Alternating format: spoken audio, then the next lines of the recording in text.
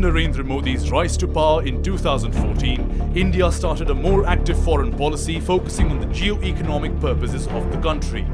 India's proactive engagements with several countries, including the key nations of China, United States, Russia, Japan and others, are based on how India seeks to promote its own economic well-being and stability. In the first 3 years of office, Prime Minister Narendra Modi has reportedly visited 49 different countries. It is argued by supporters that Modi's foreign visits have earned India tremendous goodwill, especially in the 2017 financial year. FDI into India had reached a $62 billion, despite a global FDI inflow slowdown. Critics point out that Modi's foreign policy objectives on the economic front are not entirely bearing fruit. For instance, China had pledged to invest $100 billion, but Chinese Premier Xi Jinping has met that promise with only a $20 billion commitment, which too hasn't materialized till date. China, on the other hand, has already pumped in $46 billion in the China-Pakistan economic corridor. In this episode of India Risk Report, we look into the foreign policy dynamics of India and how it impacts the economic growth model of the country, and where it is we stand among the Committee of Nations in upgrading our investment climate and future model of development.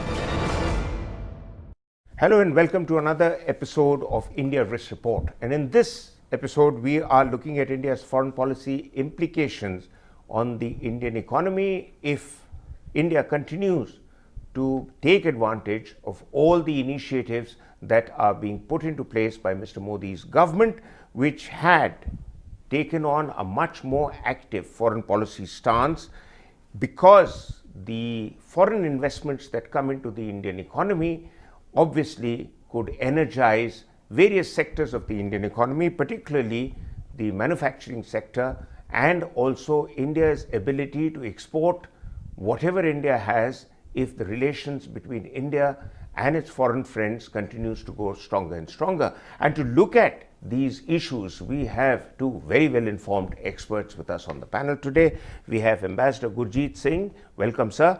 Ambassador has been as a Foreign Service officer, represented India in a variety of countries, but his last and very important appointment was Ambassador of India to Germany.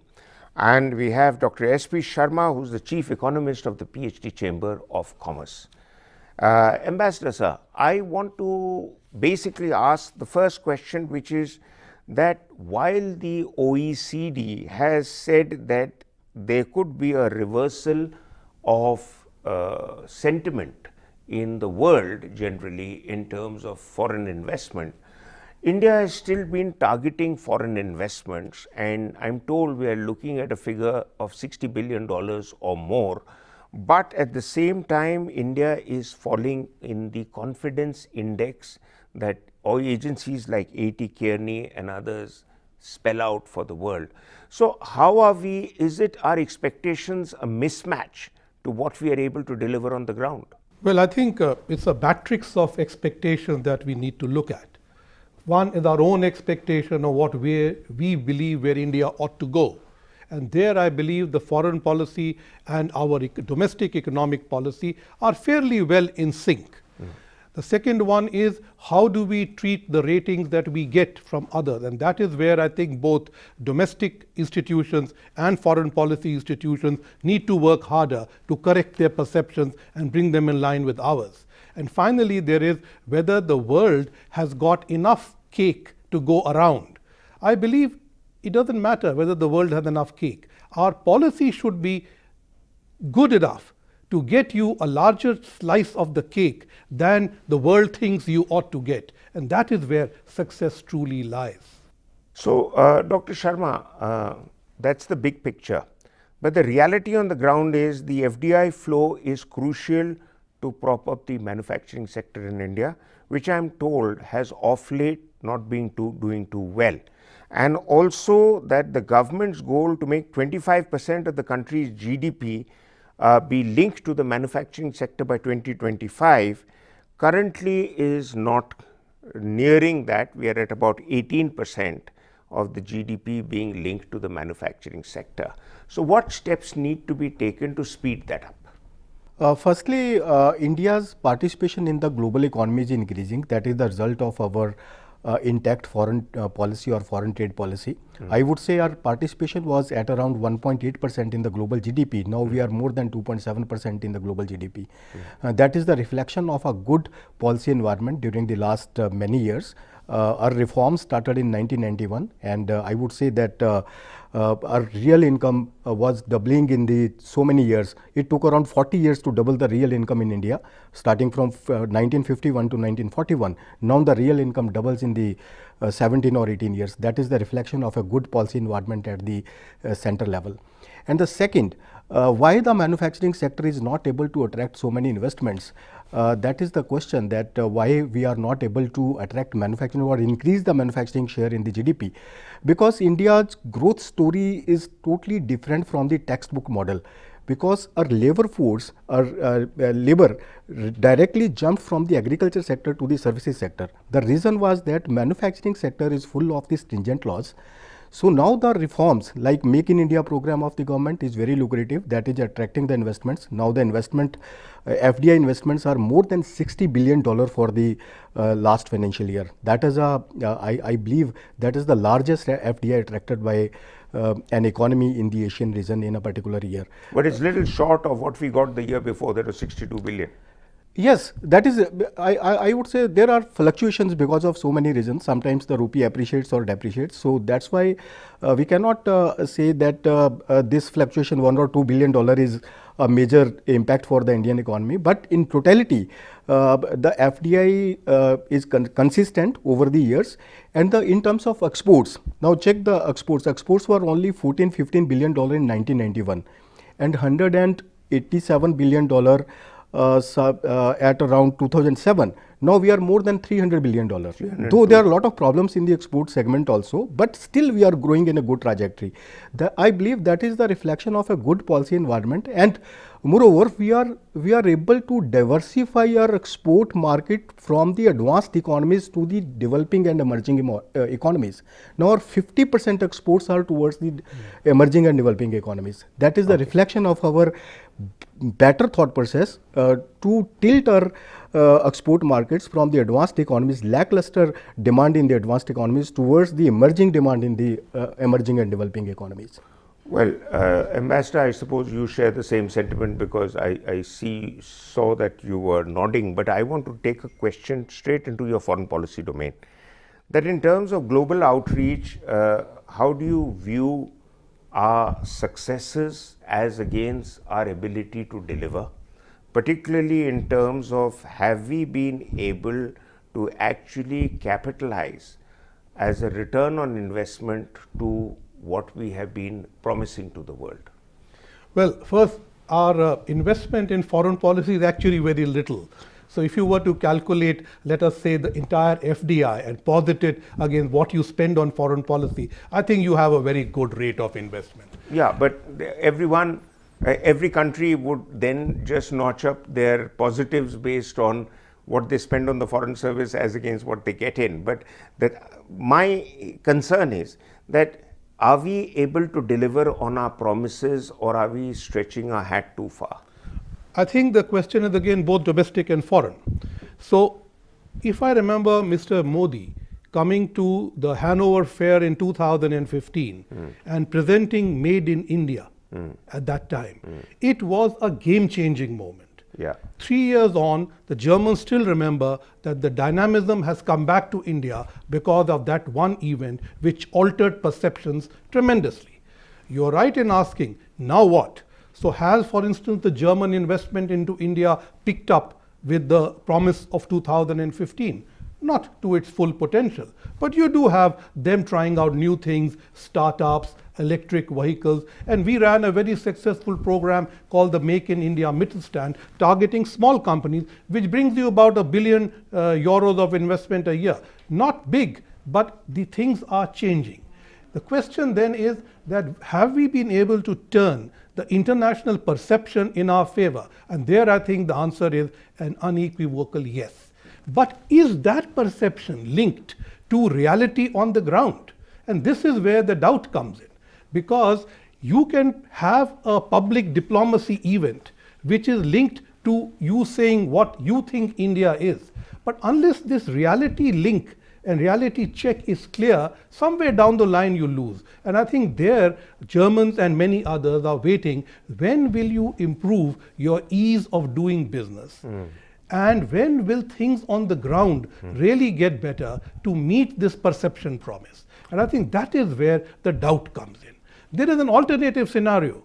We also reach out to have project exports, let us say to Africa, to ASEAN, to our neighborhood. This is the Sabka Saath, Sabka Vikas syndrome spreading to the region, that our prosperity is common prosperity, which makes economic sense. But even there, questions now arise that the promises we make, are we able to deliver them in time? Okay, Dr. Sharma, quickly, where are we falling short? I think a few revolutionary problems at the domestic front are economically not in sync, because the demonetization impacted our export scenario very largely. That is one thing that we are emerging right now from that shock. Now the exports are again reviving in the recent months. So at the foreign level, at the international level, I think our foreign policy environment is totally intact, and we are very good in the global charts, and we have improved a lot during the last 3-4 years in each and every segment of the global economy, starting from the ease of doing business, logistics performance index, global innovation index. We have improved a lot from 144 level in the ease of doing business to 100 level. That is the biggest achievement of any economy in the global ecosystem. So at the global front, we are looking lucrative at the global charts, but at the domestic front, there are few concerns with respect to our external markets. So we'll talk about the domestic front after the break, where we will look at how India can brace itself and strengthen itself against the tailwinds of certain trends that are dominating global economic climate. But that after a break.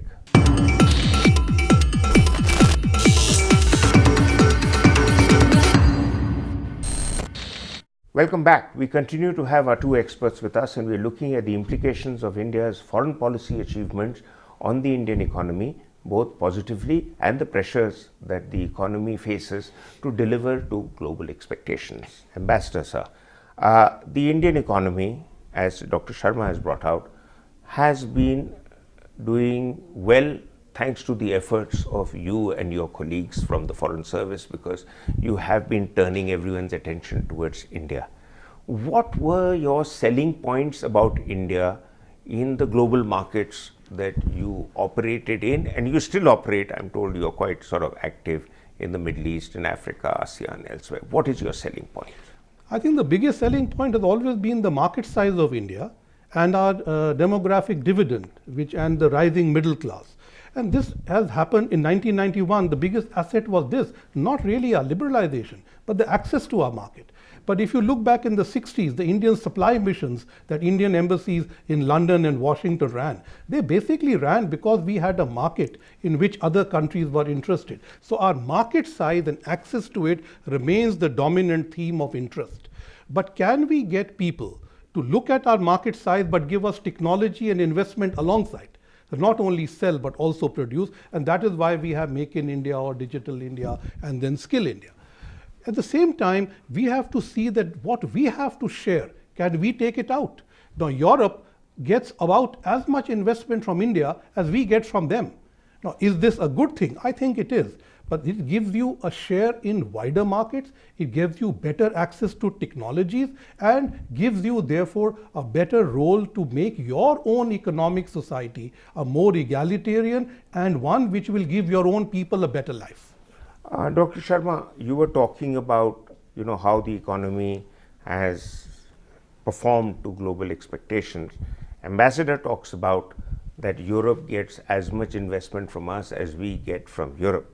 But some figures I have here tell a slightly different story. India's trade deficit almost doubled in 2017 and 18 from the previous fiscal year of the country's import bill, and also that remittances to India, while having picked up a bit, were still short of the remittances when we were at its peak sometime in 2014, about $70 billion. So, and equally, we offer the market size of our economy. but do we offer professionalism and our ability to live up to promises? Yes, our policy environment at the domestic level is also not bad. We are good in our policy environment also, but we have few revolutionary reforms which are for the longer term period of time, which impacted the shorter term economic scenario. Like firstly, the demonetization that impacted our export scenario, because majorly our exports are labor dependent exports. And these markets like the gems and jewelry, textiles, garments, these are very fragmented markets and running on the cash only. So due to demonetization, lot of exporters lost their export orders in the foreign markets. So now they are not able to rejuvenate their export orders. That is the impact, that we are not able to increase our export segment. That's why the trade deficit, as you mentioned, is increasing. That demand is intact at the domestic level. We are importing in the same content, but we are not able to export that much to reduce our trade deficit. That is the reason that why the trade deficit is increasing. That is the impact of demonetization, that still we are not able to capture the global demand, which is still intact. Now the global growth is projected at 3.9% for the current year and 3.9% for the next year also. That is the highest growth rate after the Lehman crisis we are achieving once again.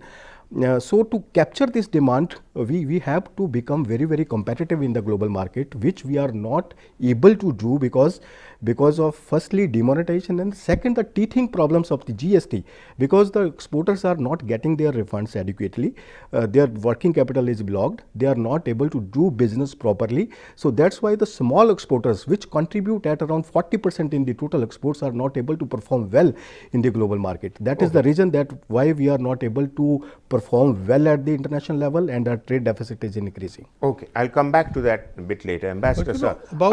About your trade deficit, I would say rising FDI is actually going to increase your trade deficit, because the more that people invest in manufacturing and more technology comes in, actually you import more machines and stuff like that, which actually increases your trade deficit. So I am not worried so much about the trade deficit. I am more focused on investment promotion and getting that right, because once you get that right, your trade can always go up at any time. You actually led me on to the question that I was going to ask you, sir, that China, for example, has pledged $100 billion, but the commitment was only finally made for $20 billion, and that too hasn't materialized.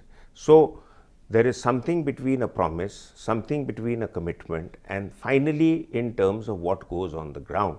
And it is said that in Mr. Modi's tenure, the one big deal that has been finalized is the Rafale aircraft deal of $12 billion. All others are promises in the air. Is this criticism fair? Well, I think we are forgetting the UAE promise of 70 billion into our infrastructure. Yes, but we haven't been able to provide a single project proposal to UAE for even $1 billion, and they are waiting ki do to hum de. So that is the problem. We are able to, as a foreign policy, or let's say external policy, because it is a group of ministries and people who actually reach out to foreign countries. But when we have got all those doors open, our own windows get shut. That somehow is the contradiction in our system. That's what I wanted you to elaborate on. So when you talk about, let us say, defense, or you talk about manufacturing, or you talk about a big, let us say, steel company wanting to come from one of our great partners, why do they all run into trouble? Because somewhere down the line, our own system is not in sync with national perception, or the perception an ambassador is asked to convey. So an ambassador can create you a big balloon, but the balloon has to have a tether. Without a tether, it's merely a balloon. And that is where this tether is sometimes pretty narrow. Sharma Saab, probably the last question.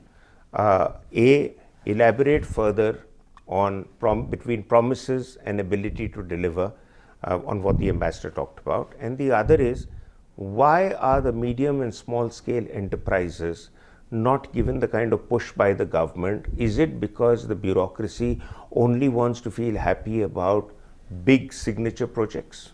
Okay.